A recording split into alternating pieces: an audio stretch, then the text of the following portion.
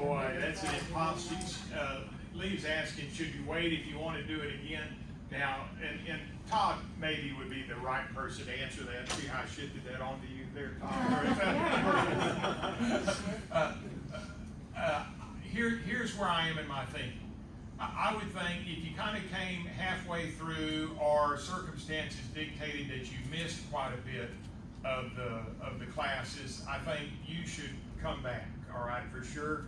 Then secondly, what I would do is I would wait to see how full the class is with new folks and then make a decision based on that. So, you know, if we only have 10 people in here and half of them are leaving after the first class, then come on back in. You know, on the other hand, if it's full, you may make a different choice. And what I'm hoping, and Todd, what I'll pitch to the elders is, I'm hoping that in future classes, if the Lord allows us and blesses us to do that, if y'all think it's a good idea, I would like to tackle some of those topics that we're talking about there. And I have lots of material already on those. So that's how I would do it. And, you know, that's how I would gauge it, I think, if I were you. Do you have a thought on that, Todd? Is that yeah, no, I think you're exactly right. That if you haven't, if you came in late, you'd benefit from doing the entire class. And I would say just from talking to people, I don't think there's only going to be 10 people in here. I think there's going to be a good number, and we would really like for everyone to at least have the exposure to all that material that you've worked on in the workbook, and then we haven't completely decided, but things that you've got there on the board are definitely things that I think anyone would benefit from. So our tendency is going to be to do, you know, with what you think is the format and everything, to work some of these other topics in. So. Okay. And we've got time to decide that. Sure. It has to be decided today. And of course, we want to remember the classes are on YouTube. And Jamie, was that where you were going in your thinking? Just remember that, you know, if you say, well, I really wanted to get the second go around, but it looks like there's not enough space for me, that they are available on YouTube as well. So, and feel free to share. And I try to remember, you know, it's easy for teachers to forget that everybody in a class may not be at the same place in their thinking or even agree with you on a lot of points. And so I want you to feel comfortable inviting people who maybe are Bible skeptics or not sure or agnostic in their thinking. And I'll try to bear that in mind as I talk. I think I'm reasonably decent at handling that. You know, if somebody has a different position or wants to express a different viewpoint or is just uncertain, we'll try to be accommodating for them as best we can. Great. John, are you planning on weaving in some of these additional topics in the next session? Yes, I am. In fact, today I'm going to weave in one a little bit. I am. And yes. So are you going to do a syllabus so we know what classes to come to? Well, yeah. What a wonderful idea. Robin, would you you know, before I do a syllabus, I have to know what I want to teach before I can because there are a couple of things I did this go around that I'm not going to do again. I think, well, that didn't go quite like I wanted it to. And then there are other things that I wish I'd spent more time on. And so I'm still kind of hammering that out in my thinking, you know. But we have lots of beautiful things to talk about. Y'all come on in. Anyway, I have a couple of books that I need to show y'all today. So yesterday, Rob and I were able to go and see Eileen Collins, the astronaut, at the Farmville Library. And because I've given a couple of presentations at the library, the librarian, whom I know is really nice, and seated us in the front middle, right where Amy and Alex are sitting. I feel so honored. Yeah. And so, you know, Eileen Collins was like for me to y'all, and gave a fabulous presentation. And she is a genuine American hero. She has flown in the space shuttle 4 times, twice as commander and twice as pilot. And they chose her to be the commander on the first shuttle after Endeavour broke up coming back into orbit. So they chose her to be the first commander. After that, she's a former fighter pilot, retired mathematics professor. She's got a lot going on. Robin, how would you describe her? A beautiful woman. Yeah, I was hoping Robin would say that, not the man. So that's good. And so, and she's on a book tour right now. And so I went ahead and I got a copy of the book from her, and it's called, she said she didn't pick out the title, she had a different title in mind. It's called Through the Glass Ceiling to the Stars, and that's her on the cover, obviously. And then she would autograph it for you, so I got it autographed. And when she was autographing, I thought, I have to ask her what her faith is. And so I said, if you don't mind, may I ask you, if you're a religiously minded person, and if so, how did space flight influence your thinking? And she was very gracious, and she said, yes, I am a believer. And she said, space flight strengthened my belief. She said she could remember being in the space shuttle and looking back at Earth and looking out to the stars and thinking how small she was and how awesome God must be. Now that's pretty cool. Yeah, okay. Now she said not all astronauts are believers. She said, each person's an individual, but she said in her case, she already believed, and going into space strengthened her belief. And I'm thinking Psalm 19:1, the heavens declare the glory of God. And that's the way she saw it. So anyway, that was kind of halfway cool. All right. And then another book that I just got into that is really good is called Animal Algorithms. And I know that's not a very interesting title, but it's written by a navigational engineer. And so it's written from a little different viewpoint. And he examines how different animals, birds, insects, fish, and so forth, how they navigate in the world and how they perform complex programmed behaviors seemingly by instinct. An algorithm is just a fancy word that means any formal mathematical process to solve a problem. So, how do you navigate by dead reckoning? Well, you use an algorithm. How do you figure the angle of azimuth? You do that by an algorithm. So it's a formal mathematical process, and this is truly fascinating. Now, y'all know I enjoy monarch butterflies, and he talks a lot about that, but monarch butterflies are not the champions of migration. Does anybody know what creature is the champion migrator in the world? Good. Well, y'all are on the right track. It's a bird. No. Don't do that. Yeah, no. Oh boy, they're not playing with a fortune. We're running out of birds. Starling, No, the Arctic tern. The Arctic tern. Yeah, and the Arctic tern, does that ring a bell with you, Jerry? The Arctic tern every year flies from the Arctic to the Antarctic, which is 30,000 miles. Wow. Okay, now that's interesting enough, but now here's the point, and Jacob, you're good at math, so start doing some math in your head. They banned a lot of these birds, and the oldest Arctic tern that they banned that has made those trips is 34 years old. Wow. So 34 times 30,000 miles. How far is that? Anybody got their calculator with them? That's a little over 1 million miles. Right? What a happy accident that bird did. I mean, how can you possibly look at that and not see the hand of God in something like that? So that's the kind of thing that's talked about in this book. So I have two good books for y'all to think about today. All right. Now, okay. So one of the things I want to do is I want to give you show and tell. And one of the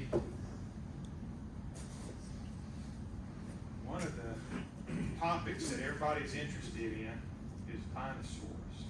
Right? Yeah. I thought anything to do with dinosaurs would cost thousands of dollars, right? Any fossil or whatever. It turns out that's not true. That like the teeth of certain species of dinosaurs are actually fairly common, and you can get genuine dinosaur teeth. No, really. I'm not lying. I'm not making this up. Y'all think I'm sandbagging. This comes from a company called FossilEra.com, and they dog's tooth or something. No. They are well vetted. They have a long established reputation. If you have your smartphone, you can type in FossilEra.com, and you can buy fossils anywhere from $30,000 to $25. All right. And actually, it turns out that Spinosaurus teeth are fairly common, and this is a dinosaur tooth, a genuine dinosaur tooth.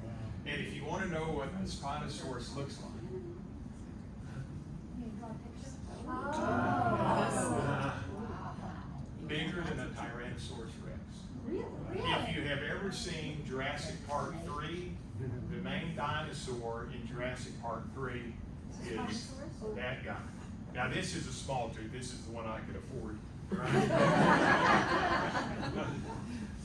But you know what I'm thinking? I'm thinking we gotta hand it around. I think we're gonna hand it around. You just passed the package. We gotta hand it.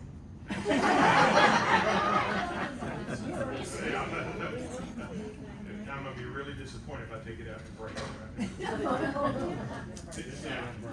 Yeah. To be honest, this is just $25.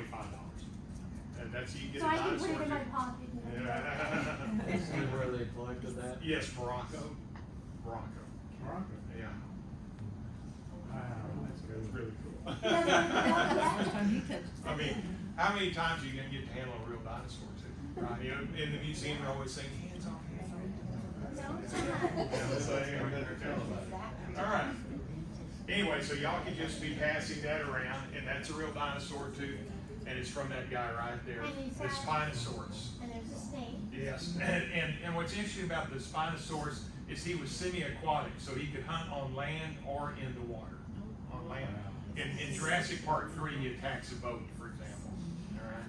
Anyway, it kills a Tyrannosaurus Rex. So yeah, that's a Spinosaurus. Cool. Yeah.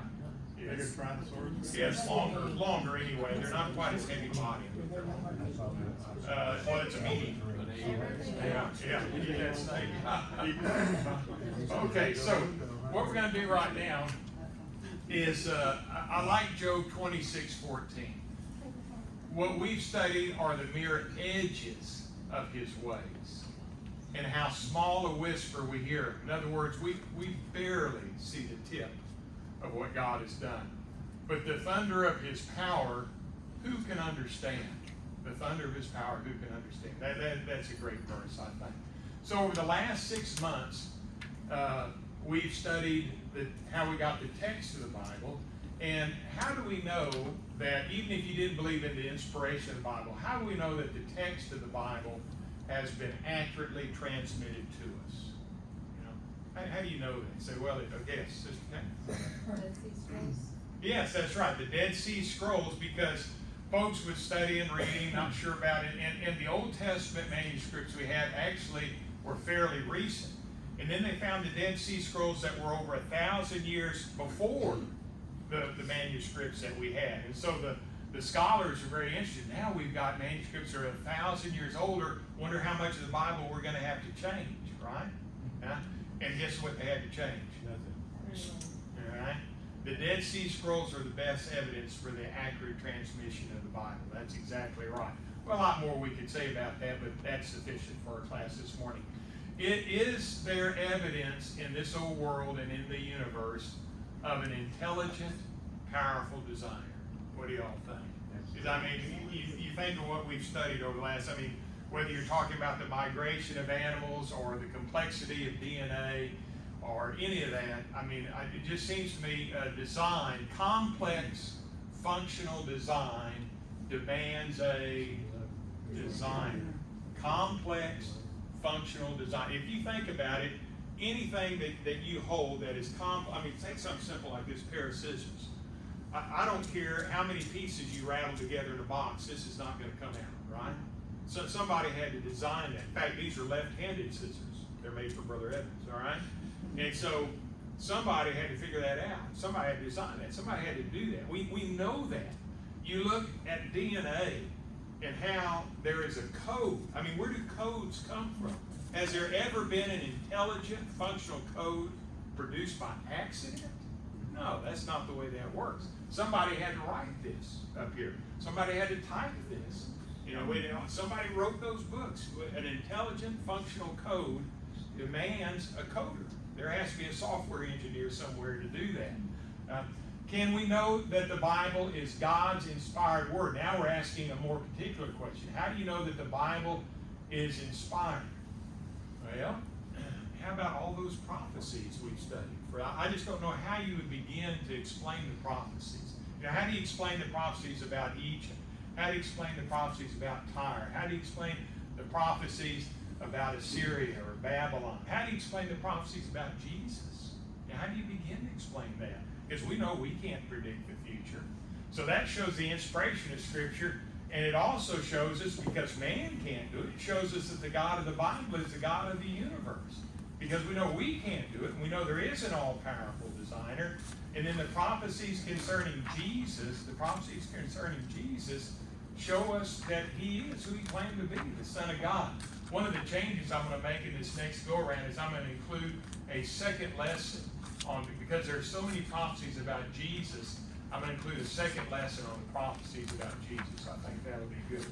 Now here's the part that I think is very important for us. Here on the last part, what is the most interesting thing you learned? Like, what stood out in your mind? That helps me know, what to focus on and that kind of thing. Something you didn't know before, or something that stood out in your mind, or something you were surprised about.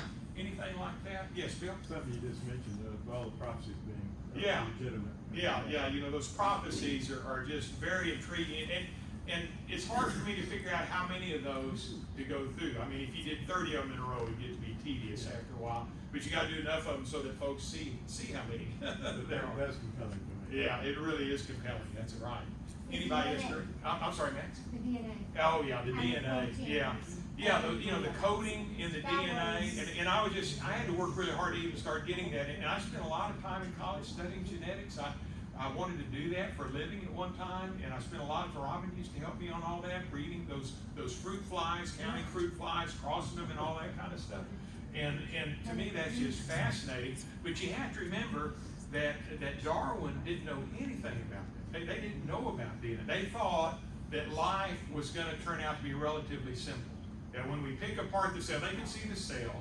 Microscopes would allow them to see the cell, but they couldn't see chromosomes. They didn't know about DNA or any of that. And they thought that there were just some simple chemicals, protoplasm in the cell. And once they figured out life. Well, that turned out to be hilariously, stupendously wrong. Talk to Lynn Angel sometime about the work, just on trying to get an herbicide to work right, or to just move one gene, or that kind of thing. It's astoundingly complex. And again, that demands a designer, and that's very interesting to study. Anyway, yes, Tom? I don't remember the person's name, but the gentleman whose wife had the horrible swelling in her legs. Oh, yeah. And they figured out how The to giraffe correct that thing, from the yeah. giraffe. Yeah, and I don't remember his name either. I'll have to go back and look. That's right. And the company is still in business now. Yeah, the lymphedema thing. Yes. I thought your lessons on the amazingly large numbers and the Oh, yes. extreme impossibility. Yeah. Like 1 in 10 to the 164th, which just means it's not reasonable to think that happened by That was chance. fascinating. Yeah, if you like math at all, that kind of thing is compelling. Anybody else? All right, well, those are good. I like what you're saying there so far. But now here is another question. What was the most shocking thing you learned, or the surprising thing you learned? That all the stars are named by God. Oh, okay, all right, now that's good, yeah, the naming of the stars by God, that's good. And then how about the one that is depressing and shocking to me is that Oda Banga. Oh, that. And I wasn't sure how this was gonna, for those who are new, I kinda hate to spoil it for the folks who are new here, but I promised myself I'm never gonna read this book again unless I wanna be really depressed. Cause you just think, how can people, yes, I read the book, And you yeah. got through it? Yes, I did get through it barely, and I read it. If I don't finish a book, I feel like I left it, something undone. And this is sad. I mean, you don't even know how people can treat other people that way. How can people treat and they do it for money, they do it for notoriety. Human nature hasn't changed. And so here's a man who was put in a cage with an orangutan, because thinking that he's less evolved, we're further along the evolutionary chain. And that's what happens when you allow social engineering and social Darwinism take over. So to me, that was a really shocking thing. Yes, Jane? One surprising thing was that you said that many scientists are moving away from Darwinism, Yes, not yes. necessarily Yeah. evolution. But Yeah, it's important to understand that when I say that, it's not that suddenly a lot of scientists are becoming creationists, but the scientists can read the numbers just like we can. In fact, they're more familiar with the numbers than we are. And they can see these insurmountable problems with Darwinism. And so they're trying to figure out a different form of evolution. And in the now, if you just read, common magazines, common science magazines, or listen to news reports, it'll still be Darwin. But if you read the scientific journals, the peer-reviewed journals, you can see that they are moving away from Darwinism because they see it doesn't work. And they're not going toward creationism, but they're going toward endosymbiotic evolution or some other form of evolution because they see the same problems that we do. We're going to talk about one more of those problems today. Anybody else have a surprising thing or shocking thing? All right, so with that in mind, then I kind of want to move into the heart of the lesson today. And I want you to take a look at one verse that I really like here. Would y'all take a look at the 111th Psalm in verse 2. 111th Psalm in verse 2. And whenever we finish up with the dinosaur tooth, just make sure it's right here. Okay. Now you can say that you held a dinosaur tooth, didn't you? Now, when's the last Bible class you did that in, huh? Yeah, that's right. You got the message twice. Yes. On the algorithm, Yes. does he approach anything, God-wise or scripturally, does he? I haven't, I'm only about a fourth of the way in, and so far he hasn't hit any scriptures. He's definitely a Bible believer, but he hasn't approached it from that standpoint. Oh, I see. Yeah, he's kind of laying the groundwork right now. Okay, so 111th Psalm in verse 2. Would somebody read that for me? Who has that for me? Like to read that? Judy, go ahead, Judy. The works of the Lord are great, studied by all who have pleasure in them. Think about that for a second. We want to study the works of God because they are great. And a person who believes in God is going to want to study the kind of information that we've been examining. The works of the Lord are great and are studied by those who love it, who believe it. And that's what we've been trying to do. So this morning what I want to do is I want to introduce you to a fella. This is a biochemist, a well-known biochemist named Michael Behe. And if you look up here on my shelf here, I have several books written by Michael Behe. And he's a very interesting fellow. So he is a biochemist. And I'll show you a book of his here in just a moment. Here's his most famous book, Darwin's Black Box. Yeah, B-E-H-E. And this is one of the books that started the intelligent design movement in the United States. This is like the book that started it all, where scientists started looking more and more at the evidence. And Michael Behe is the one who wrote this book. And a black box is something that you don't understand. You don't understand. You don't know how something came about. You don't know the explanation. And he said, there are some things Darwin didn't understand. Let me explain it to you. And so that's kind of what this book is about. And the principle that he is best known for is right here. Irreducible complexity. This is a key term. Irreducible complexity. And here's what Michael Behe said. Evolution teaches that you have a lot of little changes. So over millions of years, you have a lot of little things that change, and that adds up to big changes, right? So you start out with a little change, and over a million years, it becomes a big change. Bacteria becomes a dog, becomes a person, kind of thing. He said the problem with that is there are a lot of processes and systems in this old world that you cannot produce gradually.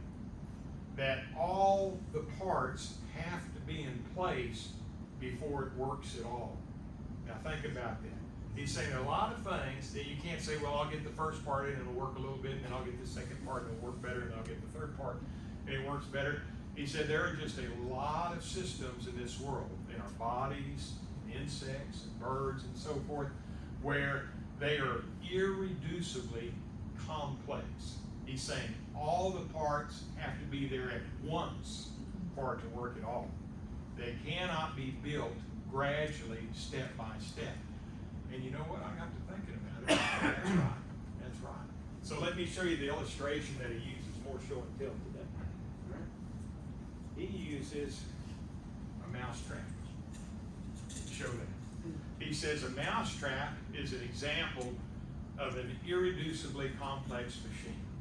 He said there are just a few major parts here. There's this wooden platform, and there's a spring, and there's this little thing that squishes its little head, and there's a trigger and all that kind of thing.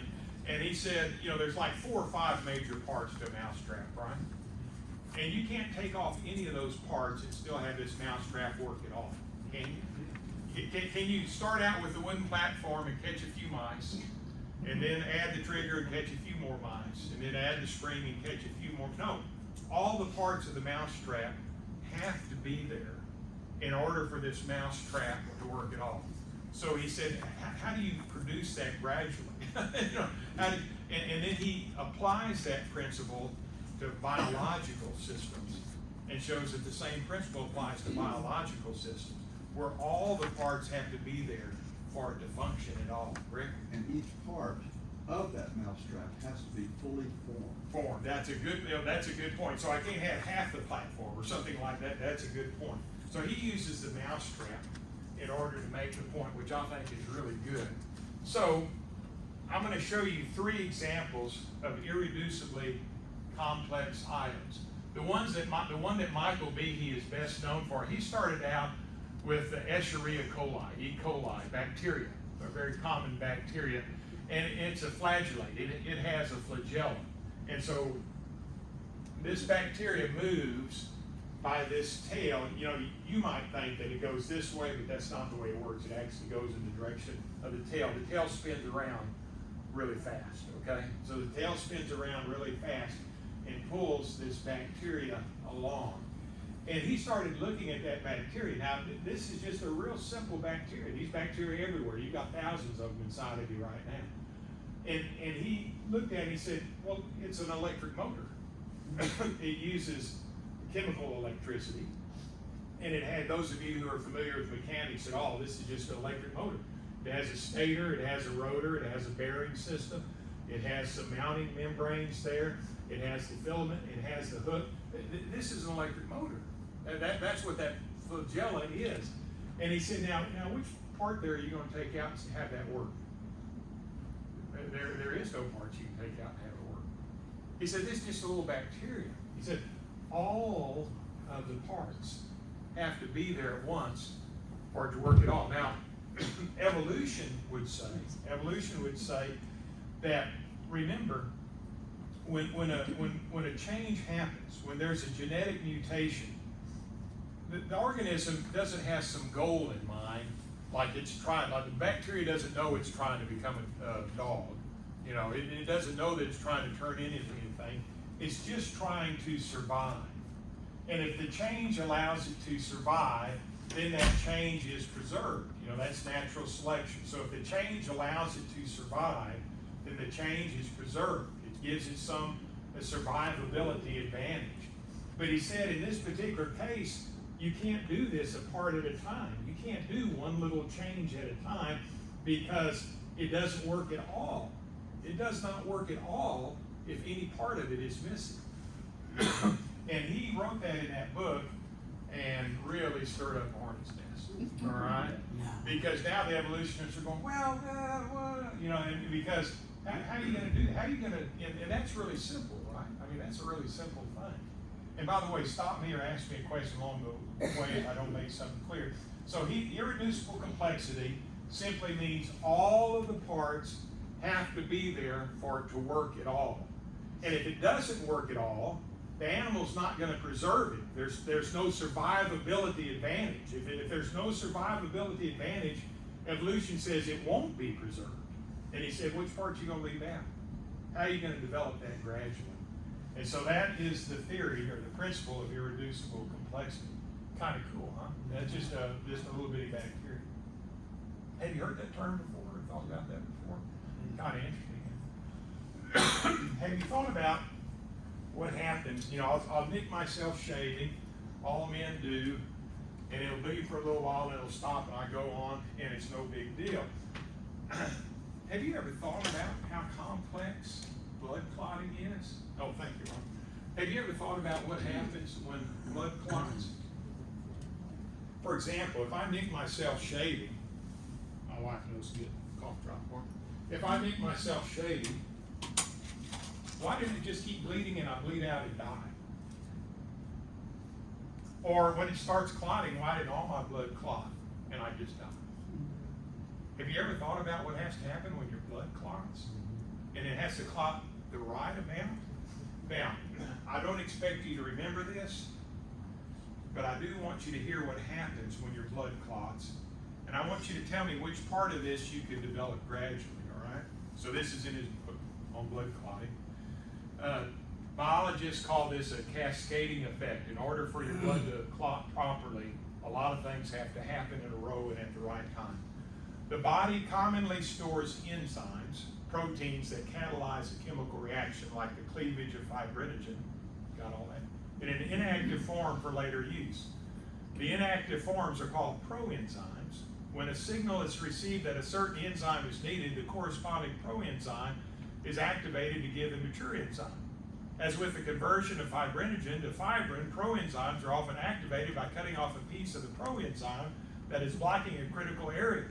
The strategy is commonly used with digestive enzymes. Large quantities can be stored as inactive proenzymes and quickly activated when the next good meal comes along. Thrombin, now we're getting blood clotting, initially exists as the inactive form prothrombin. Because it is inactive, prothrombin can't cleave fibrinogen, and the animal is saved from death by massive inappropriate clotting. Still, the dilemma of control remains. How are you going to control the amount of clotting? If fibrinogen and prothrombin were the only proteins in the blood clotting pathway, again, our animal would be in bad shape. When the animal was cut, prothrombin would just float helplessly by the fibrinogen as the animal bled to death. Because prothrombin cannot cleave fibrinogen to fibrin, something is needed to activate prothrombin. Perhaps the reader can see why the blood clotting system is called a cascade, a system where one component activates another component, which activates a third component, and so on. Since things are beginning to get complicated, it'll help a lot to keep track of the discussion with the drawing, and then he gives you this really complicated drawing here. And he goes on and explains all of the steps that have to happen for the clotting to take place there and for you not to bleed out, but also that allow the clotting to stop so that all your blood doesn't clot and you die from that as well. What part of that are you going to change? And mine too. Mine too. The only thing I understood from all that is all of it has to happen just right for that to take place. That's the only thing I understand is all of that has to happen just right for that to take place. What do y'all think? Just blood clot. Just blood clot. Isn't that amazing? Yeah. How's that going to occur by evolution? It's not. I mean, how would that ever occur by evolution? Right? Let me give you, let's see. Where am I? Give you one more. Bless you. So this is a little more of the blood clotting, shows you what happens.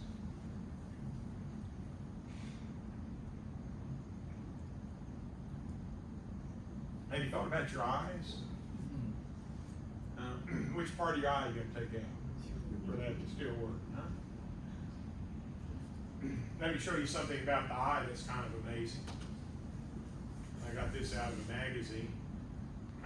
In order to be an atheist, you must be able to explain how everything can come about without help from God, and that's simply not possible. For example, think about your eye for a moment.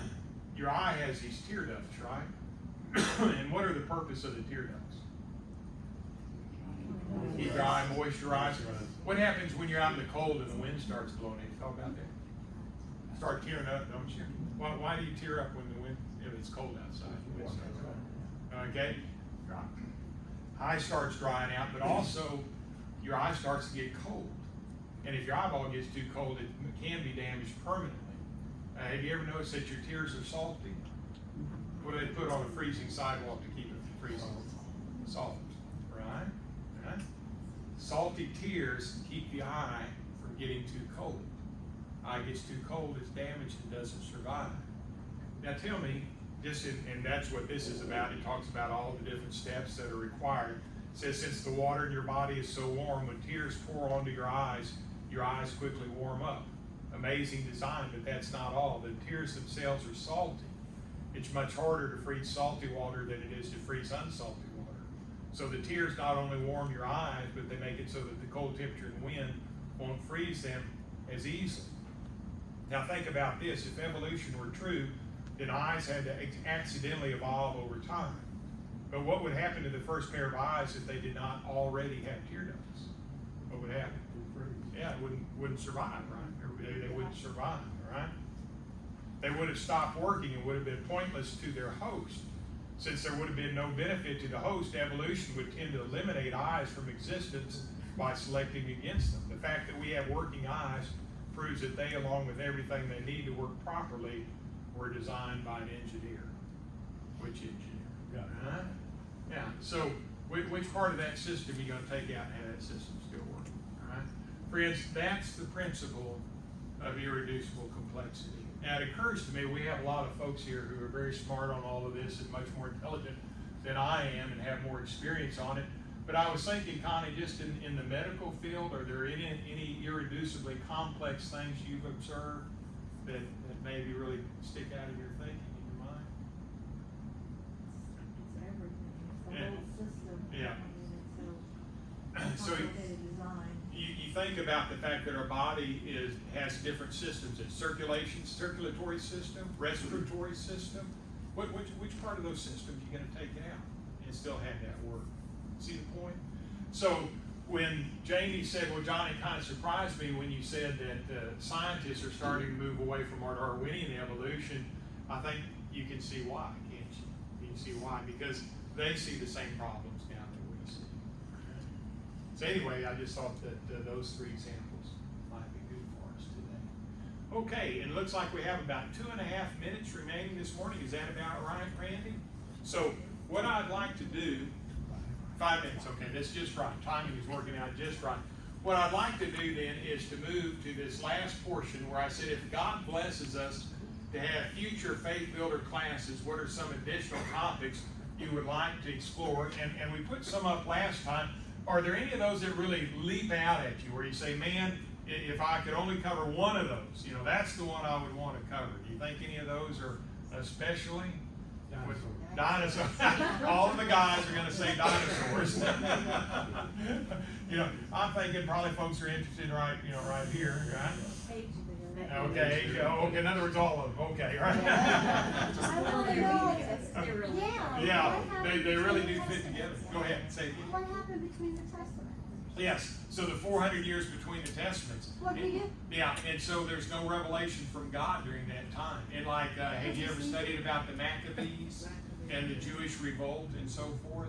That's when the Jewish revolt, the Maccabees, came into existence. Probably when different centers of Jewish learning began to come into prominence during that time as well. So. Those floods interesting because you're gonna tell us how people lived so long ago. Oh yeah, and a lot of these kind of tie together. They're sort of related, aren't they? Yeah. Okay. The earth, I think, was much different before the flood than after the flood. Mhm. All right. Now let me ask you: are there other topics that come to your mind that we didn't mention? Something else that really is exciting to you and that you would like to explore? Think about it carefully now. I'm not going to rush through this. Think about anything else. I mentioned Jesus heaven. Heaven. What about heaven? Just in general, or? Well, but, we can find out about it. Yeah. And we will either know people or we won't. Oh, okay. Oh, yeah. Observe the Passover on that one, all right? What is a, what now? What about, Okay, all right. Any other topics that really stick out in mind? But, resurrection. okay, yeah, now that's good. The resurrection is good, okay? And then I'm thinking about additional prophecies. You know, we just did a very few prophecies. That would be good too. Additional prophecies would be good. Kim? Just because I'm curious, but the Holy Spirit, where can you see what he's supposed to do and what he's not supposed to do? And people say he does other things and that's crazy. Oh, yes. Now, that is a good topic. Yes. The Holy Spirit is a good topic. Yes. And I'm trying to think of how that would fit that into the. Maybe But I should agree talk that to it would be, Josh. that might be a entirely different class. Yeah. Anybody else have a comment on that? All right, so let me ask, as we're about to wrap up this morning, who would for sure like to have a copy of the third edition of the workbook? Does anybody know? You would like one? Okay. And who else? Okay. 1, 2, If you want, wait, you want us to wait, don't you, John? If you're not certain whether or not you're gonna be here, then you can Oh, I wait. know I'm gonna be here. Oh, okay. Yes, sir. Yes, ma'am. Yes, sir. There you go, Billy. Yeah. And I want you to feel comfortable looking at any of the books up there, and tell me if there are any other subjects that come to your mind. And Todd, from an elder's standpoint, do you have any closing comments, questions? Or?